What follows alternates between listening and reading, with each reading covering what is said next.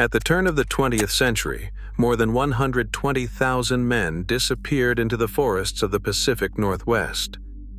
They worked 10-hour days among steel cables that could snap a man in half, slept shoulder to shoulder in unventilated bunkhouses, and earned less than $2.50 for the privilege. Logging was one of the deadliest jobs in America, and the camps that made it possible were designed to vanish. They were packed up and moved the moment the timber gave out. So what was daily life really like inside a 1900s logging camp? Before sunrise, the forests of the Pacific Northwest and Appalachia filled with the movement of men, thousands upon thousands drawn by the promise of steady work. By 1910, census records counted over 120,000 loggers in the Pacific Northwest alone, and another 45,000 working the woods of Appalachia. These numbers dwarfed the populations of many towns, yet the camps themselves barely left a trace once the timber was gone. The scale was staggering. Some camps swelled to 150 men or more, with a few of the largest outfits feeding upwards of 200 hungry laborers at a single sitting. Maps from the era show a dense scatter of these camps across western Washington, Oregon, and northern California, each one a temporary outpost carved from wilderness, then abandoned and reclaimed by the forest.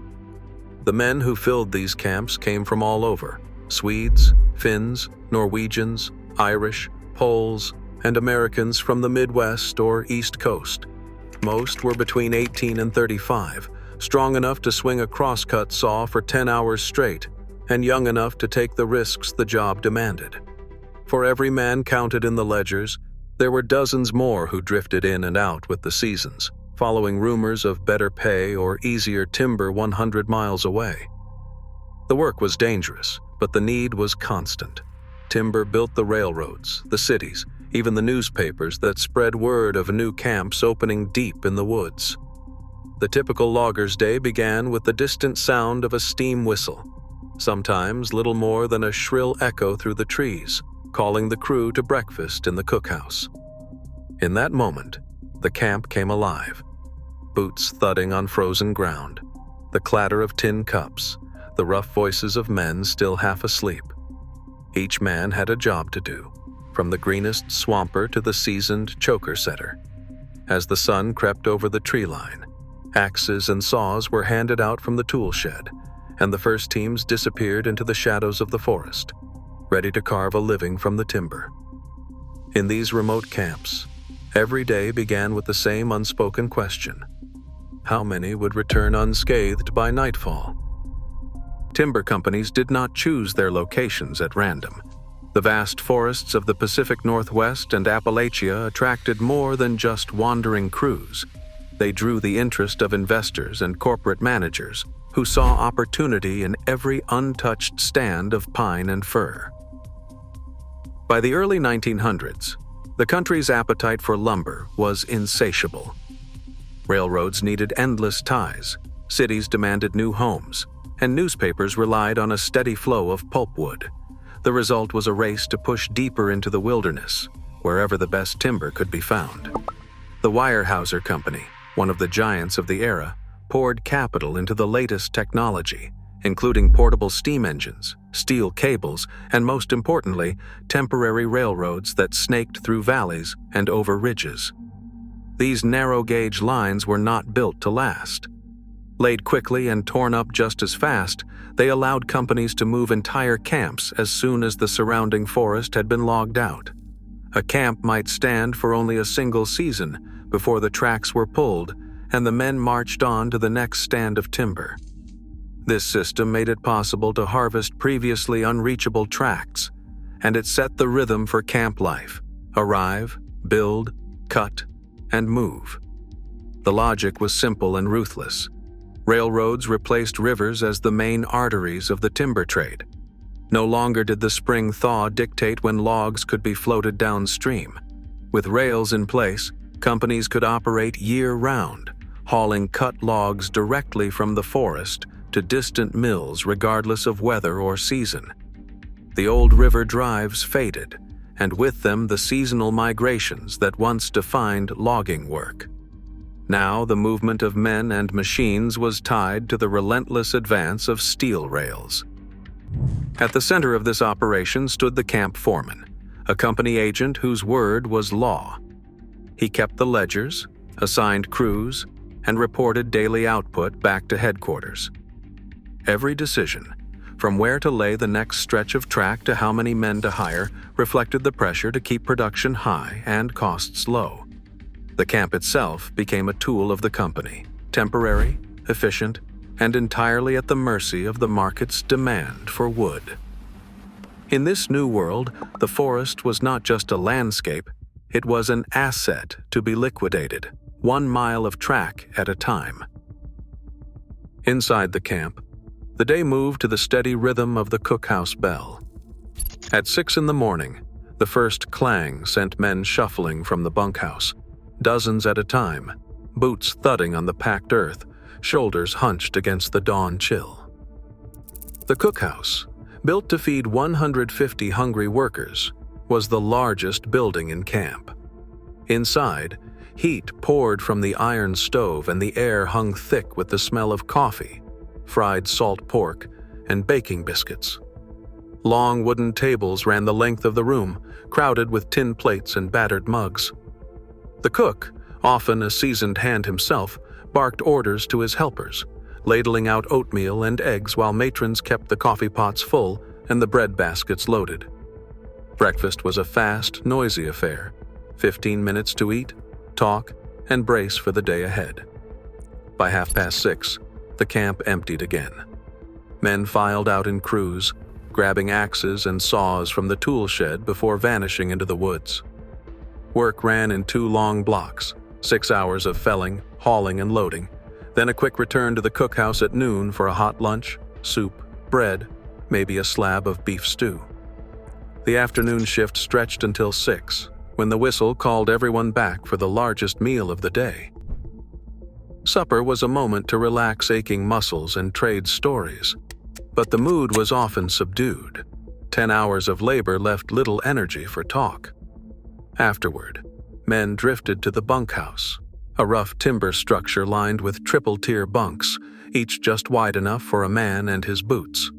The day's rhythm was relentless, but it gave the camp its pulse, a cycle of work, food, and exhausted sleep that repeated with the rising sun. Every man in camp had a role, but not all jobs carried the same weight or the same risks. Work began with the saw teams, usually 2 men to a crosscut, their breath steaming in the morning air as they set into the base of a giant fir. Each pair worked in practiced silence, trading the saw back and forth, teeth biting through wood in a steady rhythm. Once a tree crashed down, it was the choker setter's turn, a job for the young and sure-footed. Choker setters raced ahead, threading thick steel cables around the fallen logs, their hands raw from cold and splinters, always watching for the snap of a cable or the sudden roll of a trunk. A single mistake could be fatal. Coroner records from 1909 describe choker snaps as the leading cause of death in these woods. With the cable secured, the donkey operator took over.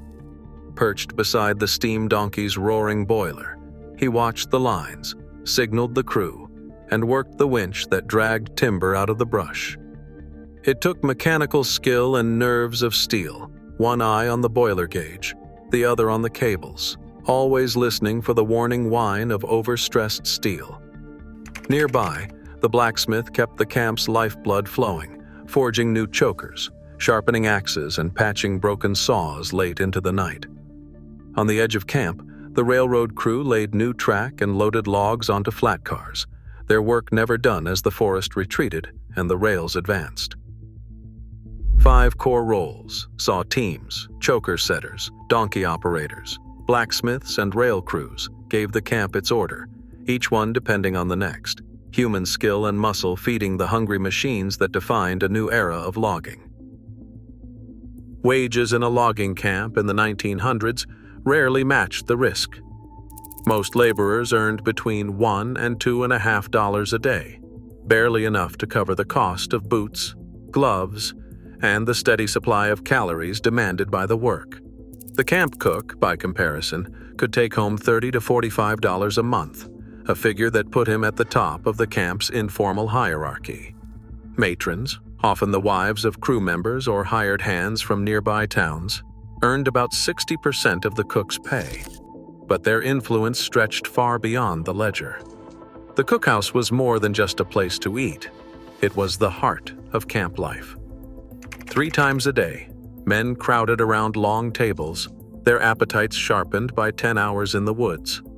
Meals were simple but filling: salt pork, thick stews, fresh-baked bread, and coffee strong enough to stand a spoon in. On special nights, the cook might announce pie or a batch of lefse, and the mood would lift as if someone had thrown open a window.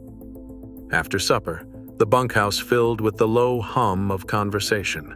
Men swapped stories, sang old songs, or nursed sore hands in silence. The matron's quiet presence, organizing Sunday pancakes, leading a sing-along, offered a rare touch of home. In a world measured by the day's cut and the next pay packet, these moments of warmth and camaraderie held the camp together, even as everyone knew that tomorrow's work could bring injury or worse. Steam and steel changed the rhythm of logging camps. The steam donkey, an ironclad engine, sat at the edge of the cut, its boiler pushing out 30 to 45 horsepower. That power spun a drum wound with thick steel cable, each strand spliced in the blacksmith's shop and strong enough to haul logs weighing several tons up slopes where horses failed. The donkey operator sat on a plank seat, one hand on the throttle, the other on the brake, eyes flicking between the pressure gauge and the cable lines. Every move mattered. A snapped cable could kill without warning. Steel cables, 3/4 of an inch thick and stretching hundreds of feet, replaced hemp ropes. Choker setters looped these around logs, signaling with a clap or a wave. Precision and trust kept the crew safe. 2-man saw teams worked with blades up to 14 feet long, teeth set wide to clear the cut. With practiced rhythm, they could drop a tree in minutes, but moving trunks to the rails was the real test. Railroad crews laid narrow-gauge track, just 28 inches wide, across rough ground, spiking it down fast, then tearing it up as the timber line moved.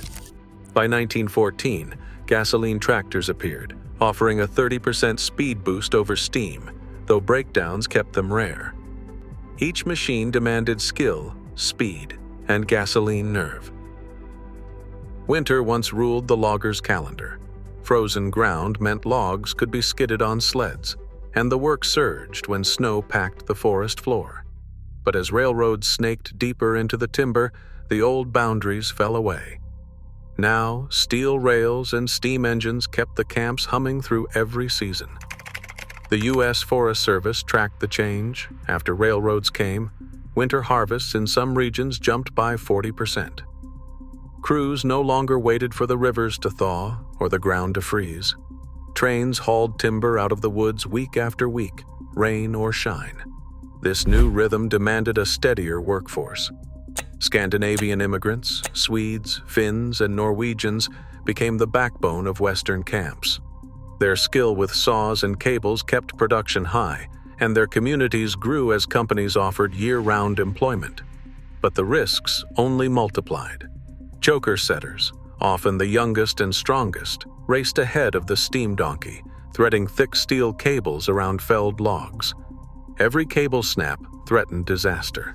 Accident rates stayed stubbornly high, even as technology advanced. The promise of steady work brought men from across the world, but the hazards of the job remained as constant as the whistle's call at dawn. Rail logging changed not just how, but when the woods were worked. The seasons blurred, the dangers persisted, and the forests emptied faster than ever before. 4 sweeping changes set the early 1900s logging camp apart from what came before. First, animal muscle gave way to steam. Where teams of oxen once dragged logs through mud and snow, the steam donkey, an iron engine powered by fire and water, hauled timber faster and farther. Steel cables, wound tight and spliced in the blacksmith shop, replaced hemp ropes and harnesses. Second, rivers lost their monopoly. For generations, spring thaws dictated when logs could move, but railroads cut through that old rhythm. Narrow-gauge tracks, laid and torn up as the timberline advanced, meant logs could roll out of the woods in any season, rain or shine. The river drives faded, and with them, the wild seasonal surges of men chasing the current downstream. Third, the camps themselves changed character.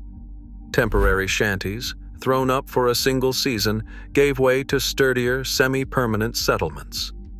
Cookhouses grew larger, bunkhouses sturdier, and blacksmith shops became fixtures, not afterthoughts. Some camps even built family quarters, schoolrooms, or a patch of garden, hinting at a life less fleeting than before. Last, the era of the lone timber boss yielded to the rise of the corporation. Small crews working a patch of woods were replaced by companies controlling vast tracts, their operations mapped, measured, and scheduled from distant offices. The new order was bigger, faster, and more relentless.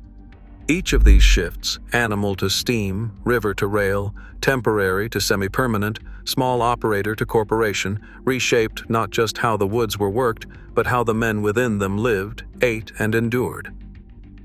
Once the timber was gone, the camp itself often vanished almost overnight.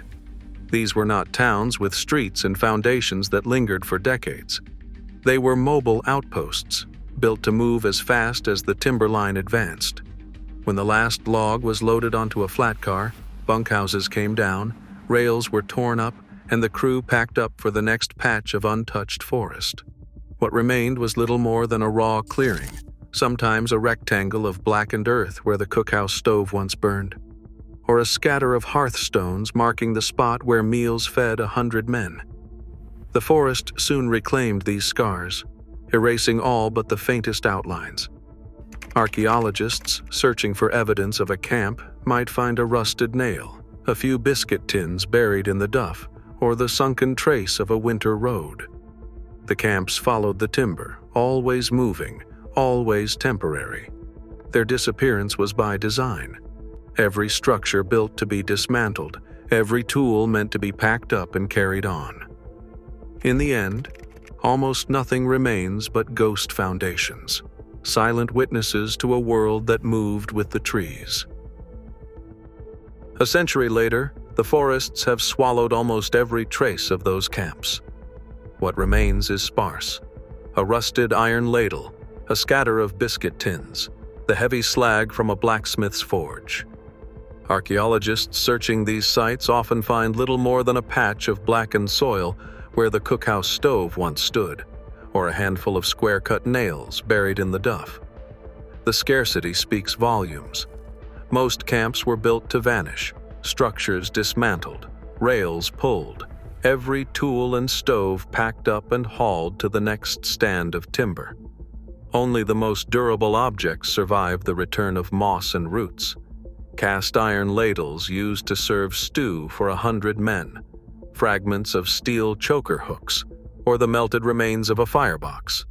Each artifact is a clue, pieced together by historians and archaeologists to reconstruct how these outposts operated. A broken ladle hints at the scale of communal meals. Slag and forged iron mark the blacksmith's corner, where tools were made and mended. The absence of permanent foundations tells its own story. These were places meant to disappear, leaving only faint outlines and a handful of weathered relics that suggest the scale of the human effort that once moved through the woods.